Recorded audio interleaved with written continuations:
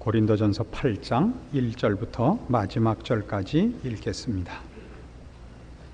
우상의 제물에 대하여는 우리가 다 지식이 있는 줄을 아나 지식은 교만하게 하며 사랑은 덕을 세우나니 만일 누구든지 무엇을 아는 줄로 생각하면 아직도 마땅히 알 것을 알지 못하는 것이요 또 누구든지 하나님을 사랑하면 이 사람은 하나님의 아시는 바 되었느니라.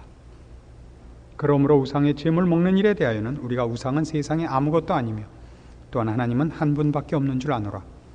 비록 하늘에나 땅에나 신이라 칭하는 자가 있어 많은 신과 많은 주가 있으나 그러나 우리에게는 한 하나님 곧 아버지가 계시니 만물이 그에게서 났고 우리도 그를 위하며 또한 한 주 예수 그리스도께서 계시니 만물이 그로 말미암고 우리도 그로 말미암았느니라. 그러나 이 지식은 사람마다 가지지 못하여 어떤 이들은 지금까지 우상에 대한 습관이 있어 우상의 제물로 알고 먹는 거로 그들의 양심이 약하여지고 더러워지느니라. 식물은 우리를 하나님 앞에 세우지 못하나니 우리가 먹지 아니하여도 부족함이 없고 먹어도 풍성함이 없으리라. 그런즉 너희 자유함이 약한 자들에게 거치는 것이 되지 않도록 조심하라. 지식 있는 내가 우상의 집에 앉아 먹는 것을 누구든지 보면 그 약한 자들의 양심이 담력을 얻어 어찌 우상의 제물을 먹게 되지 않겠느냐. 그러면 내 지식으로 그 약한 자가 멸망하나니 그는 그리스도께서 위하여 죽으신 형제라. 이같이 너희가 형제에게 죄를 지어 그 약한 양심을 상하게 하는 것이 곧 그리스도에게 죄를 짓는 것이니라. 그러므로 만일 식물이 내 형제로 실족해 하면 나는 영원히 고기를 먹지 아니하여 내 형제를 실족치 않게 하리라. 이 8장부터 시작해서 11장 1절까지가 우상 제물에 관한 내용을 다루는 대목입니다. 우리는 7장에서 그동안 결혼과 이혼 문제에 대하여 장시간 생각을 했었고 이제는 우상 제물에 관한 내용에 들어갑니다. 여기 있는 내용은 물론 그 주제 자체는 우상과 우상 제물에 관한 것이지만 그것은 좀 더 폭넓게 신자가 갖는 자유에 관한 것입니다. 신자의 자유와 덕에 관한 문제가 이제 이 우상 제물을 먹는 문제와 결부되어서 폭넓게 신자의 실생활 속에서 이제 신앙의 한 원리와 지혜로 드러나게 될 것입니다. 가장 중요한 것은 이 우상 제물에 관한 이야기 속에 고린도 교회 교인들 중에 신앙적으로 강한 자가 있고 신앙적으로 약한 자가 있다는 것을 우리가 암시를 받습니다. 예를 들면 12절 같은 데 보시면 9절부터 그렇게 됩니다만 너희 자유함이 약한 자들에게 거치는 것이 되지 않도록 조심하라. 12절 이같이 너희가 형제에게 죄를 지어 그 약한 양심을 상하게 하는 것이 곧 그리스도에게 죄를 짓는 것이니라. 이렇게 나오는 바와 같이 신앙이 약한 자가 있고 강한 자가 있는데 강한 자들에게 요구하는 것은 이겁니다. 약한 자들의 신앙에 너희 자유함이 거치는 것이 되지 마라. 이겁니다. 지금 9절에서 본 바가 바로 그거죠. 너희 자유함이 약한 자들에게 거치는 것이 되지 않도록 하라. 또 고린도전서 10장으로 가시면 10장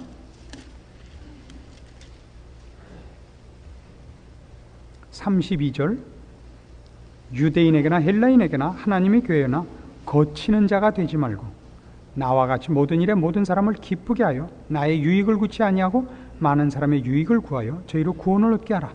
내가 그리스도를 본받는 자 된 것 같이 너희는 나를 본받는 자 되라. 이렇게 거치는 자가 되지 마라. 이걸 강조하고요. 약한 자들에게는 무엇을 또 강조하느냐면 고린도전서 10장 25절 보시면 무릇 시장에서 파는 것은 양심을 위하여 묻지 말고 먹으라. 이는 땅과 고기 충만한 것이 주의 것임이니라. 불신자 중 누가 너희를 청하며 너희가 가고자 하거든 너희 앞에 무엇이든지 차려놓은 것은 양심을 위하여 묻지 말고 먹으라. 약한 자들을 위하여 이런 또 얘기를 합니다. 그래서 약한 자들에게는 너희 신앙이 아직 넓고 깊지 못해서 그 신앙의 요구가 너희들에게는 너무 좁고 경직되게밖에 사용되지 않는데 신자의 자유가 더 있다 하는 것을 암시하고 있는 것을 만납니다. 그래서 지금 이 다루는 문제 속에는 분명히 강한 자들이 갖고 있는 신앙적인 고급한 지식과 자유를 어떻게 사용할 것인가 하는 것과 또 신자들이 윤리나 도덕 혹은 규범적 신앙관을 가질 것이 아니라 신앙의 원리상의 폭넓은 이해와 그래서 가지는 자유에 이르는 지식이 있음을 암시하고 있는 것도 이 본문의 내용에서 꼭 살펴봐야 하는 것들입니다. 그러나 이런 이야기들은 근본적으로 우상 숭배 자체의 어떤 가능성을 암시하고 있는 것은 아닙니다. 우상 제물을 시장에서 파는 것은 묻지 말고 먹으라 하는 것은 이 고대 사회에서는 모든 육류는 그 국가의 우상에게 제사 지내지고 시장으로 나오곤 해서 모든 고기는 말하자면 다 우상 제물로 바쳐진 거였습니다. 그리고 우상 제물을 먹는다는 것은 그 우상을 신으로 섬긴다는 그 어떤 경배에 동참하는 의미가 있기 때문에 고기를 먹는 것을 다니엘과 그 세 친구가 바벨론의 포로가 되었을 때 거부했던 것을 기억하실 겁니다. 고기를 먹지 않겠다는 건 그런 의미가 있는 겁니다. 고기가 나쁜 것이 아니라 그 당시에는 고대 사회에서는 모든 육류는 우상에게 국가의 우상에게 바쳐지고 나온 것이기 때문에 거부했던 것입니다. 그래서 이 시대에도 그로부터 한참 내려온 시대입니다만 아직도 이 시대에 로마 시대에도 로마가 그리스의 뒤를 이어서 여러 우상을 섬기고 있었고 그 우상들에게 고기가 제물로 바쳐지고 시장에 나오는 겁니다. 그래서 그걸 사실은 먹으면 모두 다 우상 제물을 먹는 데 걸리게 되는 거죠. 그래서 어떤 신자들은 이게 모두 우상에 바쳐진 제물이니까 난 안 먹겠다 이러는 사람도 있었던 것입니다. 그들에게는 먹어도 좋다고 얘기하는 겁니다. 그것이 우상을 인정하는 건 아니다 이겁니다. 그럼 왜 이런 앞뒤가 맞지 않는 문제가 생겼는가 하는 그 혼동이 믿음이 약한 자들에게는 있었고 또 믿음이 강한 자들은 강한 자들대로 하나님 외에 신이 없는데 우상이 어디 있느냐, 우상 제물에게 바친 게 무슨 문제냐, 우상이 원래 없는 건데 하는 또 자유와 그 지식을 가진 자들이 있어서 교회 내에 큰 혼선이 빚어졌다 이겁니다. 그래서 이제 이 말을 하는 겁니다. 그래서 우리는 이 문제들을 네 가지로 나누어서 이제 이 우상 제물과 관계된 고린도 교회의 문제를 네 가지로 그 문제를 이제 정리해 봅니다. 첫 번째는 이겁니다. 고린도 교회 교인들은 가장 큰 문제가 뭐냐면 저들이 신앙적으로 어떤 고급한 수준에 있다고 믿었던 겁니다. 그들은 지식이 있다고 생각을 하는 겁니다. 실제로 지식을 갖고 있었습니다. 신앙 지식이 있었던 것이 사실입니다. 그래서 처음부터 이 지식에 관한 문제가 매우 크게 바울과 고린도 교인 사이에 논쟁의 핵심 부분을 이루었던 것을 우리가 앞에서 생각했었습니다. 그러니까 이들의 지식은 뭐냐면 이 우상 제물에 관해서는 1절에 보시면 이렇게 나와 있죠. 우상의 제물에 대하여는 우리가 다 지식이 있는 줄을 안다. 그러니까 고린도 교회 교인들도 지식을 갖고 있는 거예요. 우상 제물에 대해서 어떤 지식을 갖고 있냐면 4절 그러므로 우상의 제물 먹는 일에 대하여는 우리가 우상은 세상에 아무것도 아니며 또한 하나님은 한 분밖에 없는 줄 아노라. 비록 하늘에나 땅에나 신이라 칭하는 자가 있어 많은 신과 많은 주가 있으나 그러나 우리에게는 한 하나님 곧 아버지가 계시니 만물이 그에게서 났고 우리도 그를 위하며 또한 한 주 예수 그리스도께서 계시니 만물이 그로 말미암고 우리도 그로 말미암았느니라. 하나님 외엔 신이 없다고요. 그러니까 우상은 뭐예요?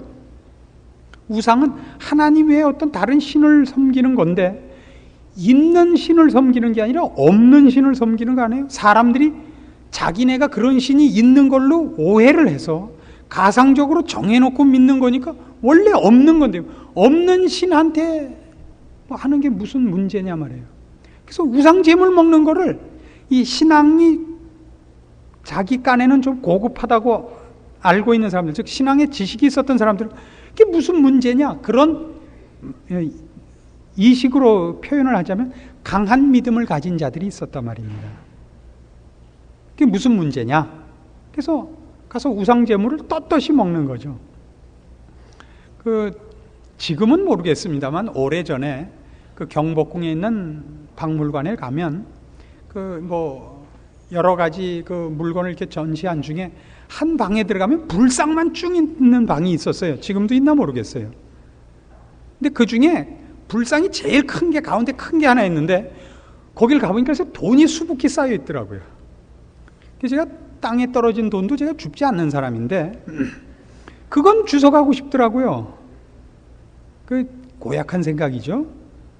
그랬더니 저를 그때 그 안내했던 친구가 이제 수도경비사령부에 근무를 해서 저를 그 안내를 했는데 제가 집어가자 그러니까 그 친구는 이제 예수도 안 믿고 불교 신자도 아니었는데 안 된대요. 그래서 왜 안 되냐? 저거 뭐 갖고 간다고 뭐 어떻게 되는 거 아니야? 괜찮아. 그랬더니 저거 자기네 수입이래요. 아침에 1,000원짜리 한 장 거기다 놓는데요, 자기네가. 그럼 돈이 이렇게 많이 쌓인대요. 그럼 저녁에 자기네가 가져간다고 그러더라고요. 다른 사람은 못 갖고 가는 거죠, 그거를. 겁이 나서. 일반인들이 뭐 부처를 믿지 않는 사람이라도 괜히 캥기잖아요. 갖고 가면 괜히 뒤통수가 근질근질하지만 우리야 괜찮죠. 그저 그 불상까지 안 깨고 오는 게 얼마나 많이 참는 거예요. 돈만 갖고 오는 게. 그리고 고약한 마음이 생기더라고요. 뭐 잘하는 건 아닙니다, 그게. 근데 우리가 갖는 그 자유가 뭐예요? 그건 아니거든요. 그러니까 밥이나 무슨 고기를 어떤 신 앞에 바치다 원래 없는 건데요. 뭐 나무로 만들거나 돌로 만들거나 뭐 금속으로 만들었거나 그냥 그 앞에 있는 거 아니에요. 우리가 지금 밥 먹을 땐 밥상 위에 안 놔요. 뭐 밥상이나 제사상이나 무슨 제물 앞이나 우리가 그게 다 그거죠. 마찬가지로 음식만 보이지 그 뒤에 무슨 뭐가 보여요? 안 보이잖아요. 그런 자유들이 있었단 말이에요. 어떤 믿음의 한 면으로 강한 사람들이. 그래서 뭐의 문제냐? 왜 우상 제물 먹는 데 대해서 시비냐? 이런 문제가 첫 번째 문제고, 두 번째는 8절에도 나온 바와 같이 8장 8절 식물은 우리를 하나님 앞에 세우지 못하나니 우리가 먹지 아니하여도 부족함이 없고 먹어도 풍성함이 없으리라. 식물 먹는 거는 죄도 아니고 영적인 문제도 아닙니다. 그건 그냥 아무것도 아니에요. 아무것도 아니라는 건 그걸 안 먹는 것이 크게 자랑인 것도 아니라고요. 그 암만 먹어도 또 보탬이 되는 것도 아니고 그저 필요한 만큼 먹으면 되는 거거든요. 그렇다면 음식이 신령한 일과 아무 상관이 없다면 또 무엇을 먹거나 구약시대같이 제한이 없잖아요. 신약에는 무엇을 먹거나 상관이 없다면 어디서 먹거나 또 무슨 상관이냐 말이에요.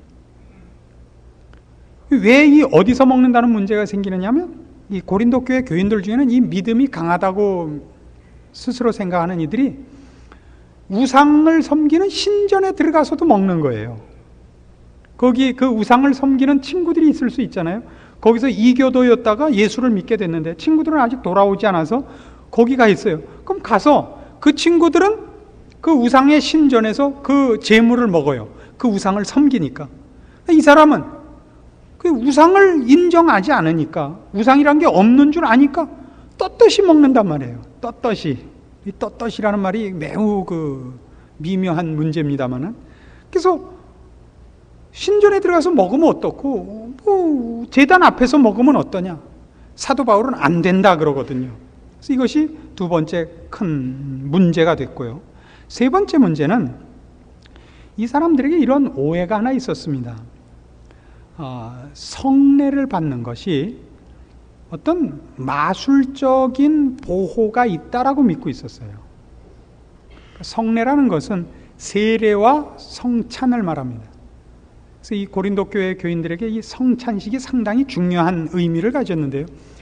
이 하나님의 구원에 참여한 자들이 그 예수 그리스도의 흘리신 피와 찢기신 살에 참여하는 이 성찬을 받으면 무슨 귀신의 살을 먹어도 괜찮다 이거예요. 말하자면 우상 제물 같은 건 문제도 안 되는 거예요. 뭘 먹어도 괜찮다, 무슨 일을 해도 괜찮다라는 마술적 어떤 효과가 있다라고 저들이 생각하고 있었습니다.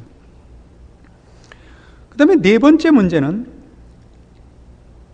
바울의 이런 요구들에 대해서 우상 제물을 먹지 말라, 신전에 들어가지 말라, 이런 요구들에 대해서 사도 바울이 정말 사도인가 하는 의심을 갖기 시작했습니다. 고린도 교회 교인들이 스스로 강한 믿음을 갖고 있다고 생각하는 사람들도, 또 성찬에 참여한 것을 큰 힘으로 알고 있는 이들도 우상 제물이나 무슨 우상이나 뭐 어떤 것에 대해서도 두려울 것이 없는 담대한 믿음을 가졌는데, 사도 바울은 거기도 가지 말라 그러고 그것도 먹지 말라고, 어떻게 보면 저 사람이 정말 사도인가 싶단 말이에요. 어떻게 이렇게 믿음이 째째하냐 말이죠. 믿음이 어떻게 저렇게 연약한가. 이렇게 네 가지 문제가 지금 얽혀 있는 겁니다. 그래서 전체적으로 이 네 가지 문제를 오늘 전체 분위기 속에서 풀고 구체적인 건 이제 차근차근 해나가겠습니다. 첫째 번의 답, 지식이 있다는 것이 신앙적 차원에서 어떤 가치가 있는 것이냐 하는 것입니다. 우상은 없다. 하나님 외에는 신이 없다. 그러니까 우상 제물이라는 것도 그걸 먹는 것이 죄일 수가 없다. 없는 신에게 바쳐진 건데 무슨 문제냐? 그에 대해서 사도 바울은 이렇게 대답을 합니다. 1절 다시 보시죠.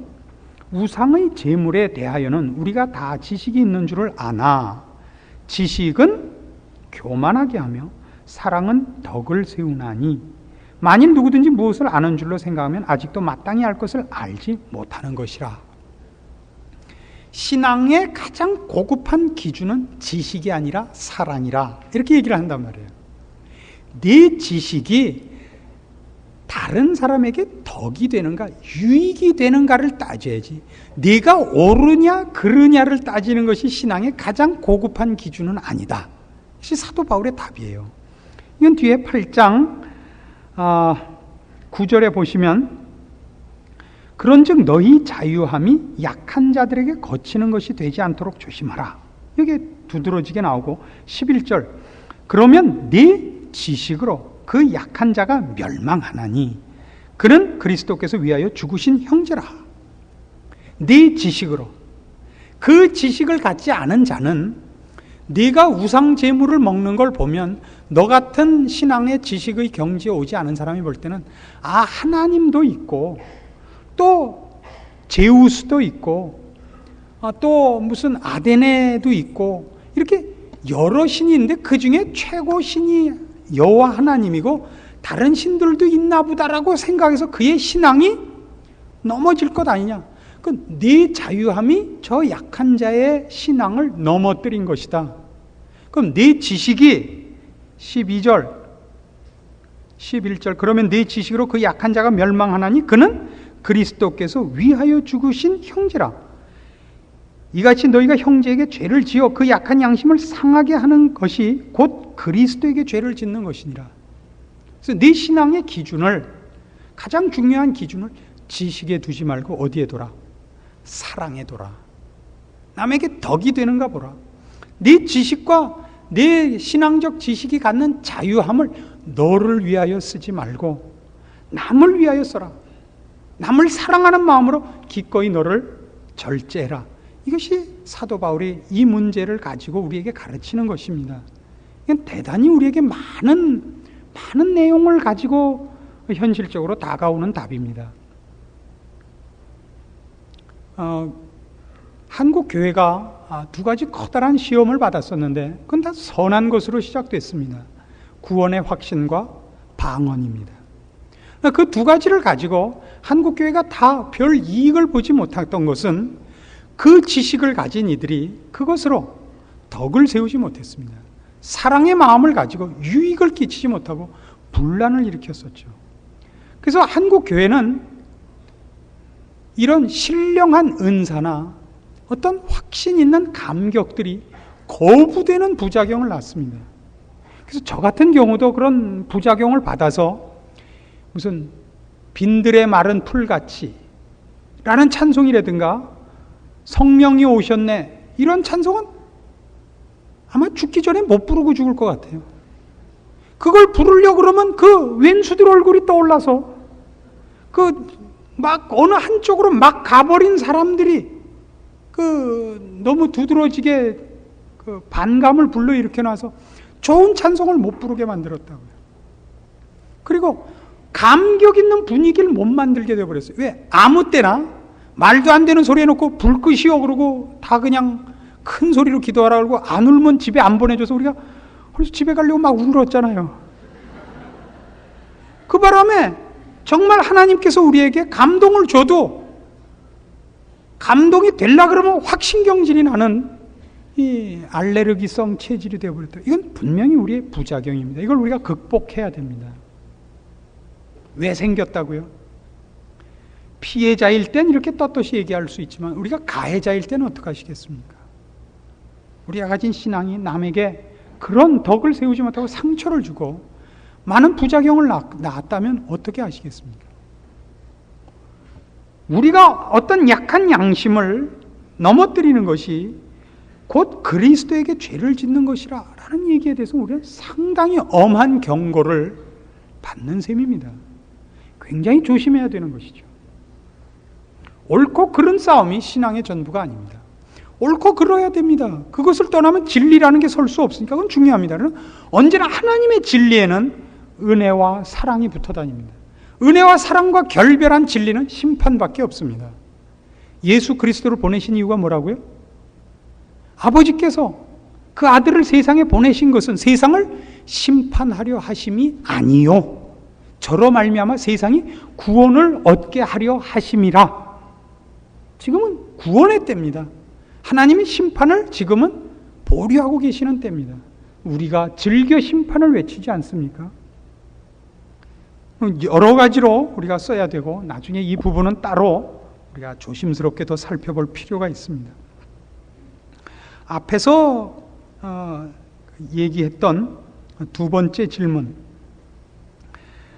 음식은 신령한 일과 아무 상관이 없으니까 무엇을 먹거나 어디서 먹거나 무슨 문제냐 하는 것은 이런 것입니다. 고린도전서 10장 25절로 가시죠. 무릇 시장에서 파는 것은 양심을 위하여 묻지 말고 먹으라. 이는 땅과 국이 충만한 것이 주의 것임이니라. 불신자 중 누가 너희를 청하면 너희가 가고자 하거든 너희 앞에 무엇이든지 차려놓은 것은 양심을 위하여 묻지 말고 먹으라. 누가 너희에게 이것이 재물이라 말하거든 알게 한 자와 및 양심을 위하여 먹지 말라. 내가 말한 양심은 너희의 것이 아니요 남의 것이니 어찌하여 내 자유가 남의 양심으로 말미암아 판단을 받으리요. 잘 보세요. 어떤 우상 재물은 먹어도 좋다 그러냐면요, 시장에서나 개인 집에서 불렀을 때는 먹어도 좋단 말이에요. 아주 다르죠. 그럼 뭐는 안 되는 거예요? 우상 제물을 그 우상을 섬기는 신전에 가서 먹지 말라고요. 왜냐하면 우리는 어차피 이런 지식이 있어요. 우상은 없는 거예요. 하나님 외에 신이 없어요. 그러니까 우상에게 바쳐진 제물이 우리에게는 못 먹을 것이 아니지만 우상의 신전에 들어가서 그 분명히 우상을 섬기는 곳에서 그 제물을 먹는 것은 제3자가 볼 때는 분명히 그 우상을 섬기는 행위로 보아질 것 아닙니까? 그래서 누구에게든지 우리가 하나님을 섬기는 자로서 하나님 외에 다른 신을 인정하는 것으로 오해되지 말도록 하란 말이에요. 그러니까 시장이란 경배하는 장소가 아니잖아요. 먹는 걸 파는 데잖아요. 먹는 걸. 먹을 걸 사러 간 곳이지 예배 보러 간 장소가 아니잖아요. 개인의 집도 그렇죠. 친교를 목적으로 부른 곳이지 거기서 예배 보자고 부른 데가 아닌 장소잖아요. 장소 자체가. 그런 곳에서는 우상 제물이 우리에게는 먹는데 아무 꺼리낌이 없죠. 물론 우리는 우상 신전에 들어가서 먹어도 괜찮습니다. 우상이 없으니까 그런 존재가. 그러나 왜 거기는 삼가라고요? 제3자가 볼 때 오해를 할 것이니까. 이 제3자가 오해를 할 것이기 때문에 삼가라는 것은 대단히 중요한 것입니다. 한국 교회는 담배 피는 문제와 술 먹는 문제가 한국 교회의 트레이드 마크가 됐습니다. 그렇죠? 담배와 술은 결단코 죄가 아닙니다. 그리고 그것을 안 하는 것이 고급한 신앙도 아닙니다. 그리고 술, 담배를 한다고 해서 무슨 저급한 신자도 아닙니다. 전혀 영적인 것과 상관이 없습니다. 그러나 한국교회는 하여튼 그것이 하나의 전통이 되었습니다. 전통이 된 배경에는 한국의 기독교를 전래시킨 선교사들이 한국에 와서 보니까 너무 어려서부터 술, 담배를 하더라 말이죠. 그래서 건강상의 이유와 또 건덕상의 이유로 술, 담배를 금지시켰습니다. 그래서 같은 이유로 중국에는 아편을 금지시켰습니다. 그래서 어떤 나라들은 술, 담배가 금지사항이 아닌 나라가 있습니다. 그래서 유명한 신학자 중에 영국에 사시는 한 분은 그분이 쓴 책 표지에 곰방대를 입에 물고 척 찍은 사진이 표지에 나오는 신학서적도 있습니다. 그리고 요즘 천주교에서나 또 많은 교파들이 술, 담배를 개방하고 있는 데도 있습니다. 그러나 제3자가 볼 때는 뭔가 예수 믿는 사람들은 조금 달라 보여야 되고, 그 다른 것 중에 하나가 술, 담배로 되어 있는 것 굉장히 좋은 것 아닙니까? 그저 예수 믿는 것과 연결시키지 않아도 사람이 술, 담배를 하는 것이 더 멋있어 보이는 사람은 없습니다. 평범하게 보였는데 술을 먹는 걸 보고 야, 멋있다 그래 본 적은 없어요. 괜찮게 보다가도 술, 담배를 하면 좀 점수가 깎이는 법이지 점수가 붙진 않습니다. 그건 절대. 그래서 이건 굉장히 좋은 거니까 굳이 할 필요가 없습니다. 그러나 이 시간을 빌려서 여러 성도들에게 말씀을 드리자면, 혹 여러분 중에 이 문제를 아직 해결하지 못한 분이 있으면 숨어서 하십시오. 들키지 마십시오. 건덕상의 문제니까 남에게 유익이 안 되고 남에게 신앙적인 방해거리가 되니까 혼자 하시는 데는 전혀 괜찮습니다. 그러나 여러분이 혹 집사나 안수집사나 장로님이 되셨거든 심각하게 끊으셔야 됩니다. 왜냐하면 여러분이 모르는 사람이 여러분을 알고 있걸랑요. 벽에도 눈이 있고 가로수에도 귀가 있고 전철에도 코가 있어서 장로님 담배 피시는구나 금방 압니다. 그래서 한국 교회에서 직분을 맡은 이상은 한국 교회의 이 건덕 문제에 대해서는 여러분이 절제를 할 책임이 있습니다. 다음 세 번째 문제는 뭐였냐면, 세례와 성찬이 성례를 행한 것이 어떤 마술적인 보호구실을 한다라고 믿고 있었단 말이에요. 그래서 그렇지 않다. 신자들의 성례가, 즉 구원을 얻고 예수 그리스도의 피와 살에 동참하는 그런 성례가 불순종을 보호하진 않는다라는 것을 10장에서 이렇게 논증합니다. 10장 1절로 가봅시다. 이 10장에 출애굽 사건이 왜 등장하는가가 이제 이 우상 숭배 문제와 왜 연결이 됐는가가 나옵니다.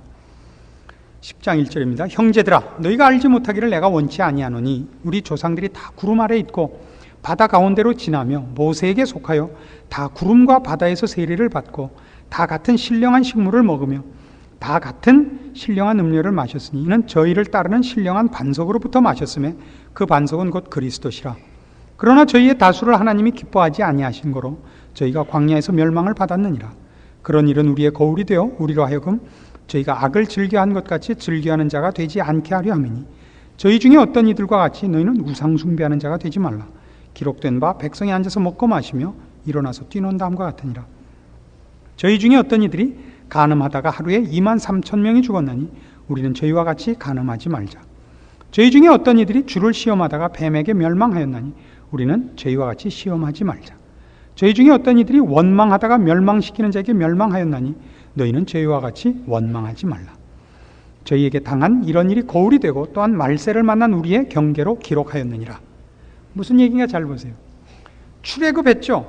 출애굽을 할 때 홍해를 건너온 것을 뭐라고 푸느냐면, 우리 조상들이 다 구름 아래 있고 바다 가운데로 지나며 모세에게 속하여 구름과 바다에서 세례를 받고 또 다 같은 신령한 식물을 먹으며 만나를 먹었고 신령한 음료, 저희를 따르는 신령한 반석으로부터 마셨음에 그 반석은 곧 그리스도시라. 말하자면 지금 신약식으로 하면 성례를 받은 자들이라고요. 하나님 앞에 구원을 얻고 세례를 받고 성찬에 참여한 자이지만 그 후에 모세가 율법을 받으러 시내산에 올라가 있는 동안 밑에서 금송아지 만들고 우상 숭배하다가 얼마나 많이 죽었어요. 너희가 구원을 얻고 성찬에 참여하였다고 해서 불순종을 해도 좋다는 건 아니다 이거예요. 간음하다 죽고 원망하다 죽고 그 이후에 무수히 죽었죠. 그렇죠. 불뱀에 물려 죽고, 지진이 나서 죽고, 향로에서 불이 나와서 죽고, 불순종이 그걸로 보호되진 않는 겁니다. 아니, 뒤집어 얘기하자면 우리를 하나님께서 죄 가운데서 구원하신 것은 이제 하나님 앞에 순종하는 자 되게 하려고 한 것이지, 이제는 하나님이 네 편이니까 네 마음대로 해도 좋다, 이걸 위해서 예수님이 우리를 위하여 돌아가신 건 아니지 않냐 말이에요. 그렇죠? 14절 뭐라고 돼 있어요? 그래서 노골적으로 그런즉 내 사랑하는 자들아 우상 숭배하는 일을 피하라. 그렇죠? 이게 뭐와 연결이 돼요? 우상 숭배와 연결이 된다고. 16절 봅시다. 우리가 축복하는 바 축복의 자는 그리스도의 피에 참여함이 아니며 우리가 떼는 떡은 그리스도의 몸에 참여함이 아니냐. 떡이 하나요 많은 우리가 한 몸이니 이는 우리가 다 한 떡에 참여함이라. 육신을 따르는 이스라엘을 보라. 제물을 먹는 자들이 제단에 참여하는 자들이 아니냐. 그런즉 내가 무엇을 말하느냐. 우상의 제물은 무엇이며 우상은 무엇이라 하느냐. 대저 이방인의 제사하는 것은 귀신에게 하는 것이요 하나님께 제사하는 것이 아니니 나는 너희가 귀신과 교제하는 자 되기를 원치 아니하노라. 너희가 주의 잔과 귀신의 잔을 겸하여 마시지 못하고 주의 상과 귀신의 상에 겸하여 참여하지 못하리라. 그러면 우리가 주를 노여워하시게 하겠느냐? 우리가 주보다 강한 자냐? 대단한 경고죠. 하나님께서 예수 그리스도의 피 흘리심으로 우리를 구원해 내셨습니다. 뭘 하려고요? 하나님 앞에 순종하고 거룩한 백성 삼으려고요. 근데 그 은혜를 가지고 뭘 하려고 든다고요? 자기 욕심을 채우고 세상이 자랑하는 걸 쫓아가는 대로 자기의 자유를 쓴단 말이에요. 그럴 수 없죠. 그럴 수 없죠. 그리로 갈 수 없죠. 물론 우상 제물이 무슨 죄겠습니까? 그러나 우리를 거룩과 생명으로 부르시니가 우리에게 무엇을 하려는 거예요? 우리가 소유한 생명, 진리, 거룩, 영혼들을 나타내라고 하는데 늘 우상집에 들어가서 세이 들고 있으면 어떡하자는 거예요? 우리가 부름받은 거룩과 영광의 길로 가지 아니하고 그 나왔던 집에 들어가서 자꾸 화투치고 있으면 어떡하자는 거예요? 이제 신자들이 생각해야 될 마땅한 신앙의 정당한 방향이요, 달려가야 할 하루하루의 싸움거리요, 씨름해야 되는 인생입니다. 이 문제들을 놓아두고 부름받은 자로서의 삶을 영위하지 않고, 죄는 물론 아닐 수 있고 내 신앙이 그 모든 것을 이해할 수 있을지 몰라도 아무런 유익도 없고 씨를 뿌리는 것도 아니고 거룩한 싸움도 아닌 곳에 뭐 때문에 가서 새 들어 있겠느냐 하는 것입니다. 우리의 신앙이 이 부분에서 많은 도전을 받아야 할 줄로 압니다. 그 다음에 바울이 과연 사도인가? 왜 때로는 율법적이고 때로는 또 좀 타협하는 것 같은, 이랬다 저랬다 하는 것 같고, 또 정당한 하나님의 사도라면 좀 더 담대하고 좀 더 완벽할 수 있을 것 같은데, 뭐 이런 땐 이렇게 하고 저런 땐 저렇게 하고 이렇게 그저 모자라는 듯한, 그 뒤가 캥기는 것 같은 그 답을 내놔야만 되는가? 그 이유를 바울은 이렇게 얘기합니다. 9장에 오시면 바울이 자기가 그렇게 하는 이유를 이렇게 설명합니다. 9장 1절 보십시오. 내가 자유자가 아니냐? 사도가 아니냐? 예수 우리 주를 보지 못하였느냐? 주 안에서 행한 나의 일이 너희가 아니냐? 다른 사람들에게는 내가 사도가 아닐지라도 너희에게는 사도니 나의 사도됨을 주 안에서 인친 것이 너희라. 나를 힐문하는 자들에게 발명할 것이 이것이니 우리가 먹고 마시는 권이 없겠느냐? 우리가 다른 사도들과 주의 형제들과 게바와 같이 자매된 아내를 데리고 다닐 권이 없겠느냐? 어찌 나와 바나바만 일하지 아니할 권이 없겠느냐? 누가 자비량하고 병정을 다니겠느냐? 누가 포도를 심고 그 실과를 먹지 않겠느냐? 누가 양떼를 기르고 그 양떼의 젖을 먹지 않겠느냐? 사도 바울이 스스로 이렇게 변명하는 걸 보십니까? 내가 할 줄 몰라서 안 하는 줄 아느냐? 내가 그럴 힘이 없어서 안 하는 줄 아느냐? 왜 내가 그걸 할 권리가 없으며 힘이 없겠느냐? 그럼 왜 안 하느냐? 왜 안 하느냐? 18절, 9장 18절. 그런즉 내 상이 무엇이냐? 내가 복음을 전할 때 값 없이 전하고 복음으로 인하여 내게 있는 권을 다 쓰지 아니하는 이것이로라. 내가 모든 사람에게 자유하였으나 스스로 모든 사람에게 종이 된 것은 더 많은 사람을 얻고자 함이라. 유대인들에게는 내가 유대인과 같이 된 것은 유대인들을 얻고자 하며 율법 아래 있는 자들에게는 내가 율법 아래 있지 아니하나 율법 아래 있는 자 같이 된 것은 율법 아래 있는 자들을 얻고자 하며 율법 없는 자에게는 내가 하나님께는 율법 없는 자가 아니요 도리어 그리스도의 율법 아래 있는 자나 율법 없는 자와 같이 된 것은 율법 없는 자들을 얻고자 함이라. 약한 자들에게는 내가 약한 자와 같이 된 것은 약한 자들을 얻고자 하며 여러 사람에게 내가 여러 모양이 된 것은 아무쪼록 몇몇 사람들을 구원코자 함이니 내가 복음을 위하여 모든 것을 행함은 복음에 참여하고자 함이라.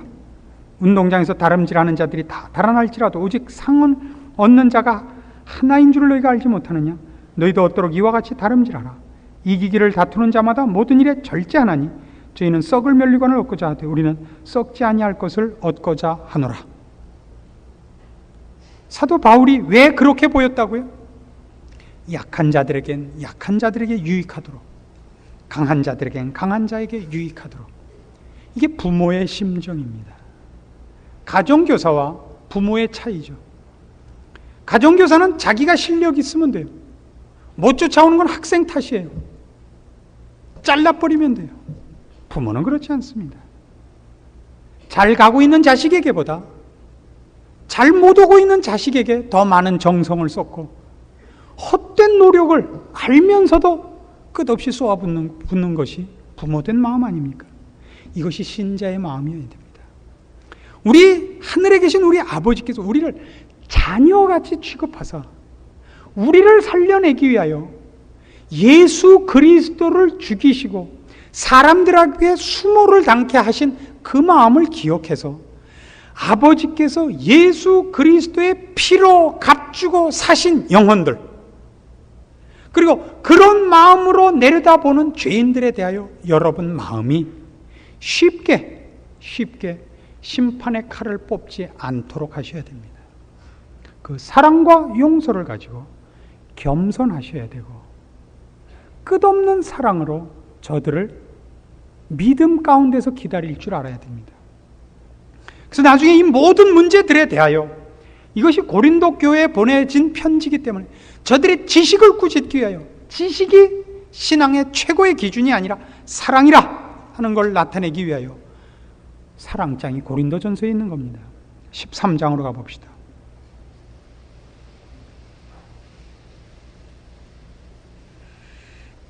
13장 4절 봅시다.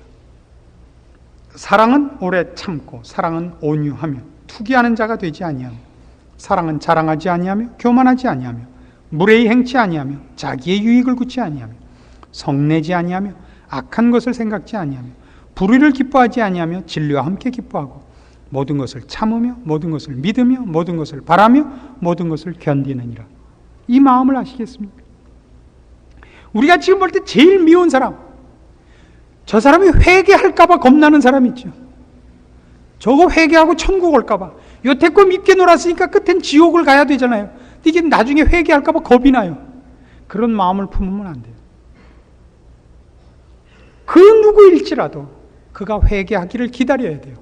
저것도 회개할까? 이렇게 생각하면 안 돼요. 하나님 저 영혼도 불쌍히 여겨주십시오. 이 마음을 가지는 것이 신자의 최고의 기준인 것입니다. 그래서 여러분 절대 주님의 마음보다 앞서가지 마세요. 그래서 교회 안에서 제가 제일 많이 경고하는 게 뭐죠? 뿅 하고 잘난 소리 하지 마십시오. 그 사람이 지금 여러분의 수준에 되어 있지 않아서 어리석은 얘기를 하고 어리석은 태도를 하는 걸 톡 쏘지 마세요. 비수같이 그의 자존심을 찌르지 마시고 머리큐 140을 만나면 140같이, 머리큐 80을 만나면 80같이 그렇게 하는 거예요. 140을 만났을 때 나도 140이다 이렇게 발돋움을 하지 마시고 아니 어쩜 그렇게 머리가 좋으세요 이렇게 얘기하고, 머리큐 70을 만나면 어쩜 그렇게 마음이 맑으세요 박동준 목사님 이렇게 얘기를 하셔야죠.